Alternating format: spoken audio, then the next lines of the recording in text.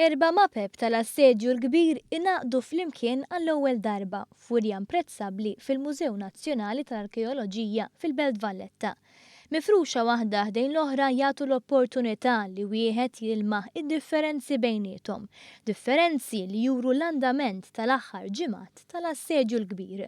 Fil-fatt, il-kuratriċi fil-Mużew Nazzjonali tal-Arti Bernardin Scicluna spjegat kif dawn il-mapep kellhom il-funzjoni ta' mezz ta' aħbarijiet. Dak iż-żmien meta kien għaddej l-assedju kien hemm interess kbir fl-Ewropa Kristjana, Kattolika, kien hemm ovvjament antiċipazzjoni kbira biex jaraw kif ħajispiċċa l-assedju.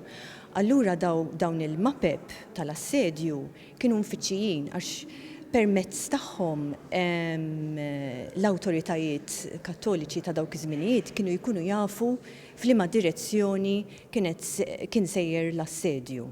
Scicluna rimarkat dwar it-tneħħija ta' informazzjoni viżwali u tpoġġija ta' informazzjoni ġdida li hemm bejn l-ewwel mappa li tirrappreżenta l-attakk fuq Senglea qalaba waħda li tirrappreżenta r-rebħa tal-kavallieri li minnhom infushom juru aħbarijiet ġodda. Hemm differenza kbira għax fl-aħħar waħda pereżempju turi pereżempju it-torok li qed jitilqu minn Malta mill-Bajja ta' San Ġorġ u mill-Bajja ta' Marsa Xlokk.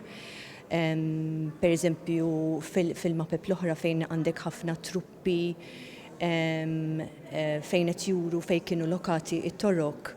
Mbagħad fl-aħħar waħda m'għadhomx hemm iżjed. Iżda huma biss 3 mill-4 mapep fl-eżibizzjoni li huma oriġinali għaliex l-oħra tinstab fl-Università fi Praga.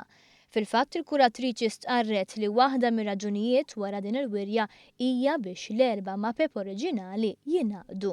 Alla jrid nissottomettu nominazzjoni biex dawn l-4 mapep isiru parti mill-Reġistru Internazzjonali tal-Memorja Dinjija fi ħdan UNESCO. Din il-wirja se tkun miftuħa għall pubbliku bla ħlas sa 22 ta' Mejju.